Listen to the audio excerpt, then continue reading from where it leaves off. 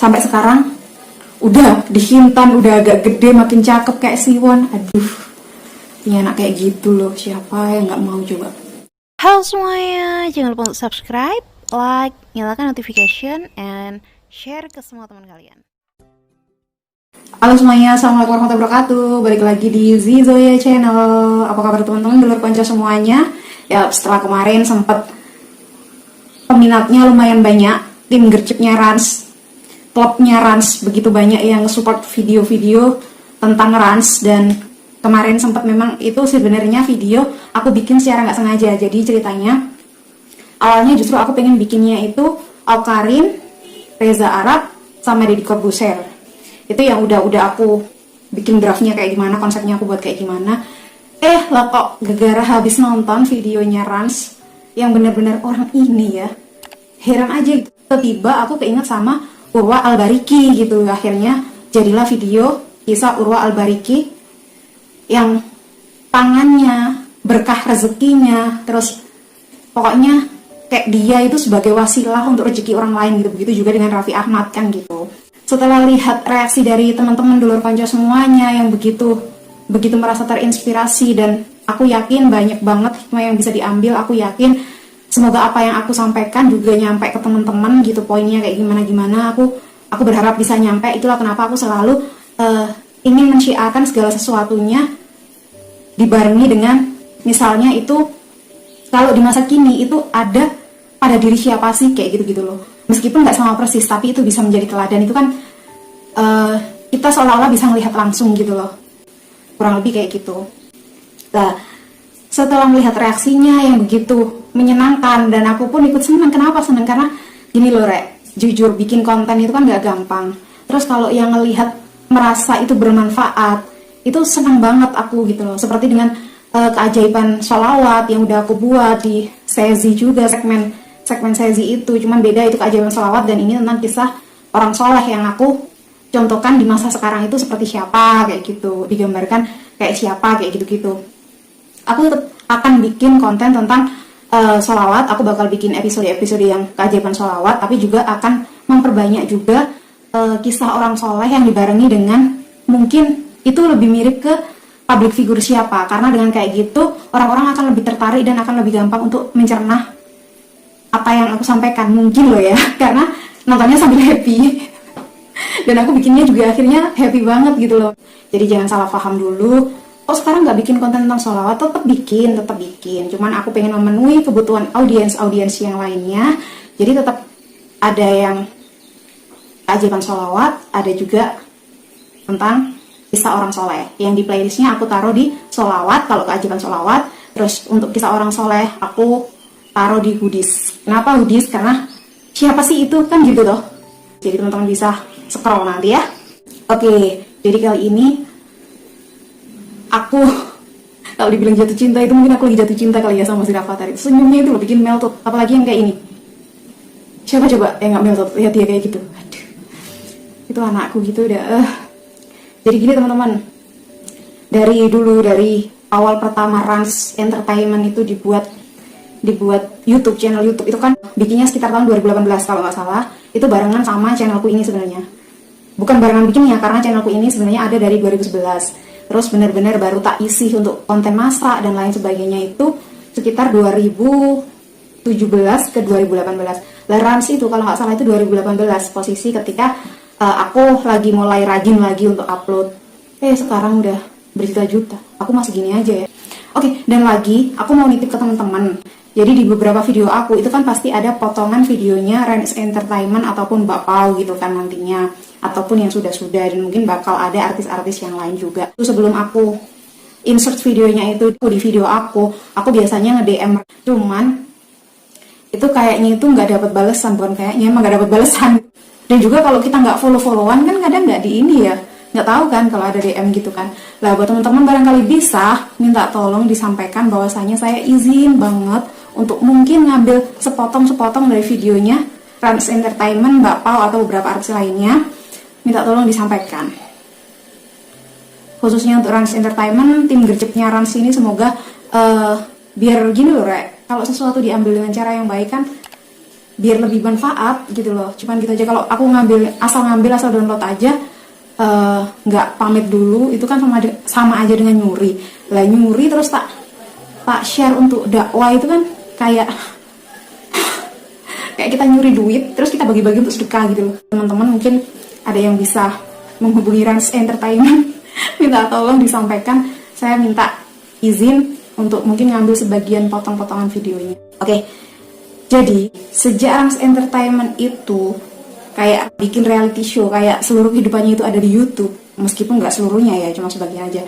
Seolah-olah kayak seluruhnya itu kan Rafathar dari masih kecil banget, dari dia yang rungsing banget yang nggak mau di shoot, dari dia yang setiap kali ketemu orang itu bawaannya pengen marah karena dia nggak senang dicubit-cubit, dari dia yang pertama kali bikin film, ya kan, itu kan banyak banget fansnya sampai dia dicubit-cubit, sampai dia kayak akhirnya kayak apa ya, dibilang fobia ya bukan fobia, tapi kayak nggak seneng gitu loh sama kayak keramaian kayak gitu. Sampai sekarang udah dihintan, udah agak gede, makin cakep kayak Siwon. Aduh, ini anak kayak gitu loh, siapa yang nggak mau coba. Lah dari situ itu, dari awal banget aku udah merhatiin cara Mbak Gigi ini ngedidik Rafathar. Hasilnya itu loh, kita nggak pernah tahu cara ngedidiknya kayak gimana, tapi hasilnya bisa jadi seorang Rafathar yang kayak gitu, itu bagi aku itu udah kayak keberhasilan gitu loh. Kenapa aku bilang keberhasilan? Jadi gini teman-teman, dari awal kita semuanya tahu ketika Rafathar dibilang harusnya anak kecil jangan dibolehin mukul, jangan dibolehin teriak-teriak, jangan dibolehin. Banyak banget kan netizen yang tangannya agak lemes gitu, yang bilang kayak gitu. Padahal itu masih kecil, semua anak kecil pasti mengalami hal demikian. Apalagi ini posisinya Rafathar itu anaknya seorang ibaratnya superstar yang dimana-mana pasti dikenal, wajahnya nongol di mana-mana. Semua orang tahu, semua orang setiap ketemu pasti merasa pengen nyubit, pengen megang, pengen cium, pengen apa kayak gitu. Sekarang kita sama anak tetangga aja kadang kayak gitu kan. Lah ini anaknya superstar gitu. Rafathar yang masih kecil, masih belum paham, dia kayak seolah-olah itu siapa sih aku nggak kenal, kok towel-towel, itu siapa sih aku nggak kenal, kok pegang-pegang. Pasti kan ngerasa risih. Kita aja kadang yang dewasa ngerasain hal itu, apalagi anak-anak gitu loh, yang konon dia hanya pengen maunya sama ibunya, sama mbaknya, ataupun sama keluarga-keluarga dekatnya lainnya. Tapi tiba-tiba masuklah orang lain yang seolah kenal, seolah kayak gimana, kan pasti anak kecil pasti rungsing gitu loh. Kalau itu aku menangkap sikap dari Mbak Gigi ini menyatakan ke orang-orang bahwasanya anak ini lagi trauma karena pernah dicubit, pernah diapa. Dia jelasinnya itu enak banget sehingga orang itu memahami bahwasanya enggak kok, ini anak nggak kayak gitu. Ini benar-benar dijaga layaknya putra seorang raja gitu. Jadi dari Ali bin Abi Thalib itu memiliki 3 masa emas dalam mendidik anak, yakni yang pertama 7 tahun pertama usia 0 sampai 7 tahun perlakukan anak-anak seperti raja. Terus usia 8 sampai 14 tahun perlakukan anak-anak seperti tawanan. Kemudian usia 15 sampai 21 tahun, 7 tahun ketiga, perlakukan anak-anak sebagai sahabat.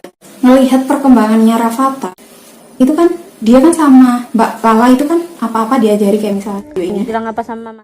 Makasih mama. Ya, kan kayak gitu ya. Jadi kalau aku itu melihatnya itu, ini anak apa ya, dibentuknya itu benar-benar kualitas premium gitu loh. Terus yang paling bikin aku kagum lagi itu ada. Jadi kalau teman-teman lihat yang di posisi Ras the World, memang benar ya kalau kata ilmu parenting bahwasanya anak-anak itu bisa saja belajar dari dunia luar. Ini aku sempat lihat di videonya Keluarga Blog. Kalau mungkin teman-teman nggak tahu, coba subscribe aja ini. Skala itu kan benar-benar diajari di alam luar gitu loh.